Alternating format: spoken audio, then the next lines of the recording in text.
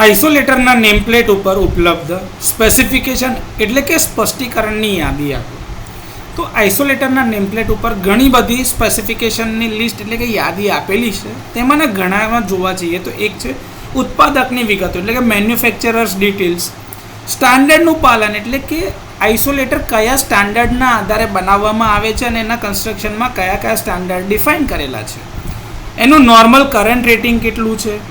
Short time એટલે કે ટૂંકા સમયનો પ્રતિકાર કરંટ. પ્રતિકાર એટલે કે વિથસ્ટેન્ડિંગ કરંટ. 1 સેકન્ડ અથવા તો 3 સેકન્ડ માટે કેટલા કિલો એમ્પિયરનો કરંટ એ સહન કરી શકે છે.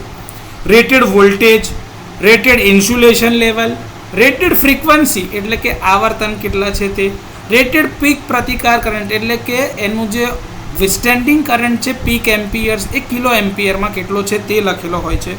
આઇસોલેટર કયા પ્રકારનું છે તેનો પ્રકાર લખેલો હોય. કરંટનો પ્રકાર એટલે કે એસી છે કે ડીસી છે તેની વાત કરી હોય. એમ્બિયન્ટ તાપમાનની વાત કરેલી હોય એટલે કે વાતાવરણનું તાપમાન કેટલું છે તે. માઉન્ટિંગનો પ્રકાર અને એમ્બિયન્ટ ટેમ્પરેચર એટલે કે કેટલાથી કેટલાને તાપમાનની રેન્જમાં એ ઓપરેટ થઈ શકશે સારી રીતે.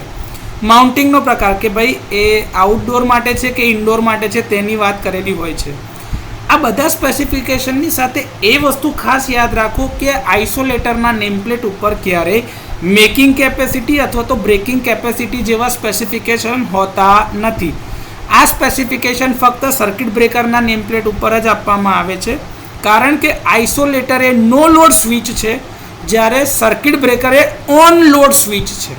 તો આ વચ્ચેનો તફાવત જે છે એ ખબર હોય તો તમે આ વસ્તુ અહીં આગળ સમજી શકશો. જેથી કરીને જ્યારે બી એવું પૂછવામાં આવે કે આઇસોલેટરના નેમપ્લેટ ઉપરના સ્પેસિફિકેશન તો એમાં ક્યારેય બ્રેકિંગ કેપેસિટી અથવા તો મેકિંગ કેપેસિટીની વાત હોઈ શકે જ નહીં.